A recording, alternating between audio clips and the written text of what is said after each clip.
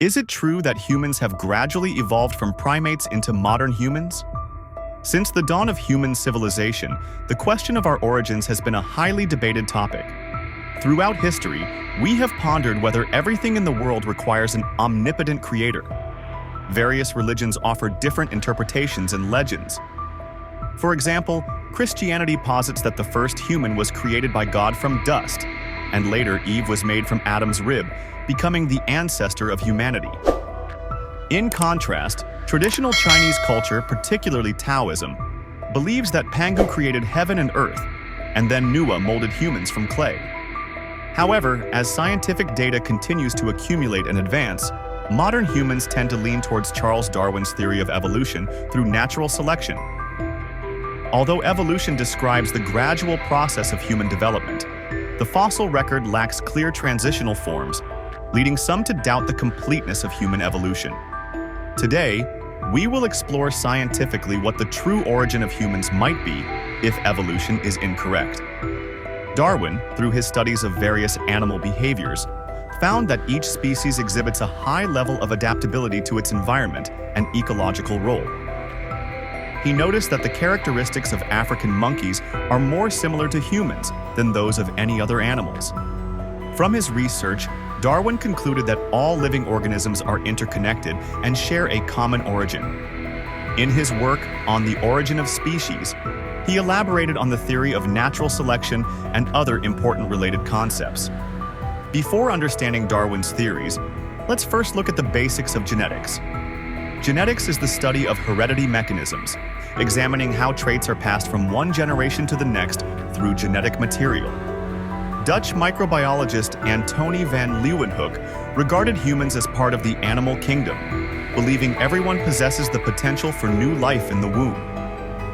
Meanwhile, in 1866, Gregor Mendel, hailed as the father of genetics, proposed a theory that inheritance is controlled by factors present in all cells.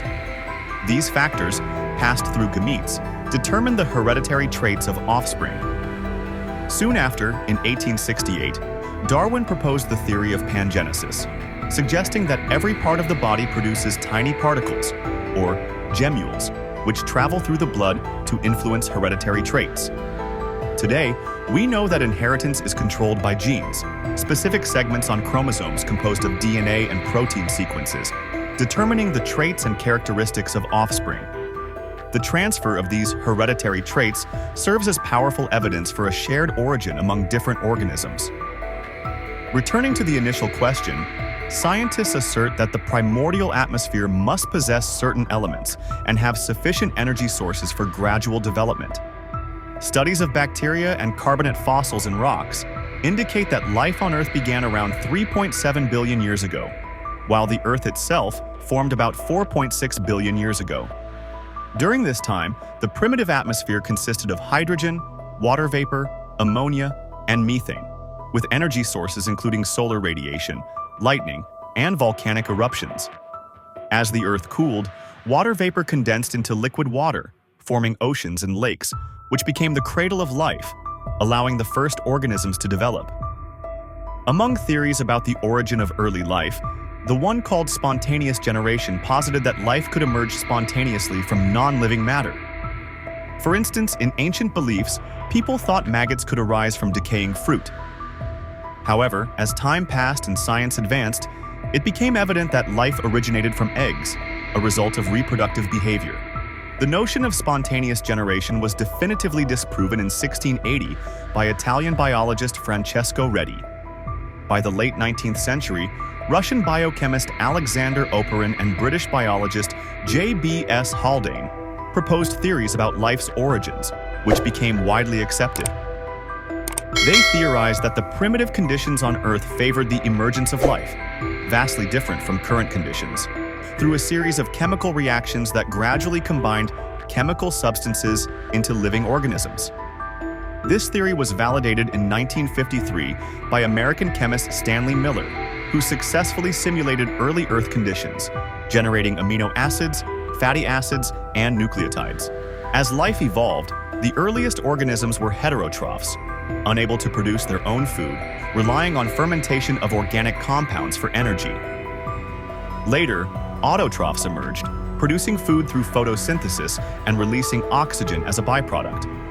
The Great Oxygenation Event led to a significant increase in atmospheric oxygen, causing notable changes in atmospheric structure and the extinction of many anaerobic organisms. Oxygen reacted with ultraviolet light to form ozone, ultimately creating the ozone layer on Earth. The initial unicellular organisms gradually evolved into multicellular life forms, with cells differentiating into various types, forming increasingly complex biological structures. This process marked a crucial stage in the development of life and laid the foundation for increased biodiversity. Every organism shares similar genetic codes, and the processes of life and responses to stimuli adhere to genetic laws. These similarities suggest a common ancestor governed by the same genetic code. For example, the heart structure varies among animals. Fish have 2 chambers, frogs have 3, and humans have 4. Birds and insects possess wings, yet their structures differ. Many vertebrates have similar limb structures, but their functions vary. Additionally, many animals have vestigial organs, such as the third eyelid in cats and dogs, with the human appendix being one of the most well-known examples. These organs were once useful, but are now redundant remnants of ancestral features. Our coccyx indicates a relationship with our distant relatives. A key focus of evolutionary theory is Darwin's concept of natural selection. As populations grow rapidly, food and space become limited, leading to a struggle for survival. In this struggle, only species with advantageous variations and adaptability can survive and reproduce. Over many generations, these accumulated variations can give rise to new species. In 1901, Dutch botanist Hugo de Vries proposed that random mutations in genetic structure could result in new species arising within a single generation. Life initially originated in the oceans before gradually migrating to land, leading to the development of amphibians and reptiles. During the Jurassic period, mammals evolved from reptiles. Primitive primates emerged from insectivorous mammals, leading to higher primates and the monkeys we know today. The divergence of primates occurred about 40 million years ago, with early human ancestors replacing them around 23 million years ago. This common ancestor gave rise to chimpanzees and gorillas, while the evolution of modern primates began in Asia and Africa, including species like the rhesus macaque in India and the Kenyan tribes in Africa. Notably, between 5.4 and 2.4 million years ago, early hominins appeared, with chimpanzees emerging on Earth about 2.5 million years ago. The evolutionary paths of humans and chimpanzees began to diverge around that time. Around 200,000 years ago, the first anatomically modern humans appeared, but it wasn't until approximately 100,000 years ago that this form began to dominate human populations. The earliest fossils of modern humans date back to about 35,000 years ago. This journey of evolution spanned millions of years, undergoing numerous changes, with different species continuously evolving and giving rise to new species sharing a common ancestor. Yet we sometimes misunderstand certain aspects of evolutionary theory. For instance, people previously believed that flight in birds was a result of their desire to fly. In contrast, evolutionary theory shows that birds possess flight due to ancestral individuals with lightweight bones and feather structures, enhancing their ability to fly and increasing their chances of survival and reproduction, thus passing these traits to offspring. Similarly, evolution is often associated with the concept of survival of the fittest. However, this does not mean that only the strongest animals survive. For instance, penguins thrive in the frigid Antarctic, while camels adapt to hot and arid desert environments. Whether or not we accept such theories, these evolutionary processes are real, offering us a historical narrative of our ancestors that integrates all life forms into a unified structure. Through the study of genes, inheritance, and environment, we can better understand the history and mechanisms of biological evolution.